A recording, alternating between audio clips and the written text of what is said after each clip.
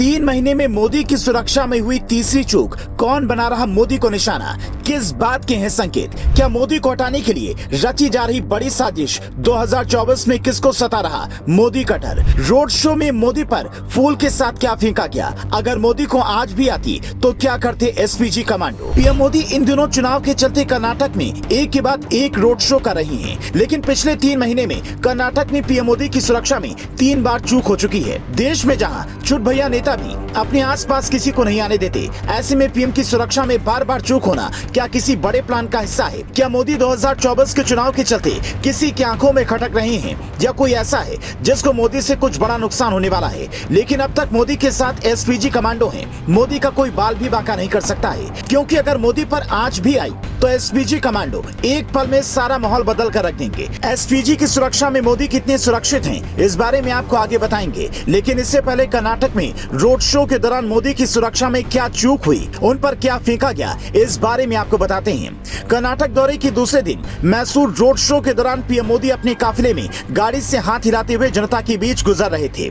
इसी बीच उनकी गाड़ी पर कुछ फेंका गया जो गाड़ी के आगे जाकर गिरा। इसके बाद एक पल में चारों तरफ हड़कंप मच गया और सुरक्षा टीम जांच में जुट गई। एसपीजी कमांडो की टीम भी तुरंत एक्टिव हो गई और मामला तुरंत रफा दफा हो गया। जांच में पाया गया कि पीएम मोदी पर किसी ने फोन फेंकने की कोशिश की थी। हालांकि पुलिस ने इस बात की पुष्टि की है कि फोन गलती से फूल फेंकते समय फूलों के साथ साथ हाथ से छूट गया और मोदी की गाड़ी के आगे जाकर गिरा। ये केवल एक गलती थी या कोई संकेत, इस बारे में कुछ भी कह पाना बेहद मुश्किल है, क्योंकि पिछले 3 महीने में मोदी की सुरक्षा में चूक का ये तीसरा मामला है।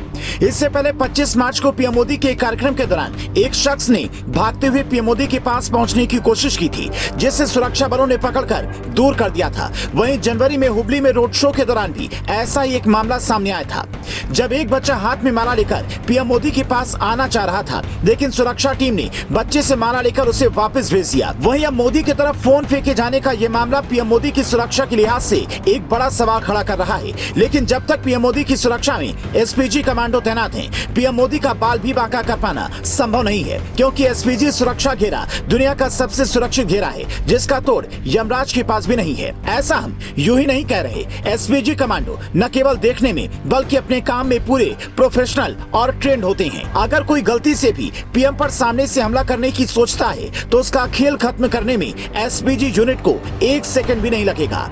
एसपीजी को इस बात से कोई फर्क नहीं पड़ता कि दुश्मन 1 है या 1000।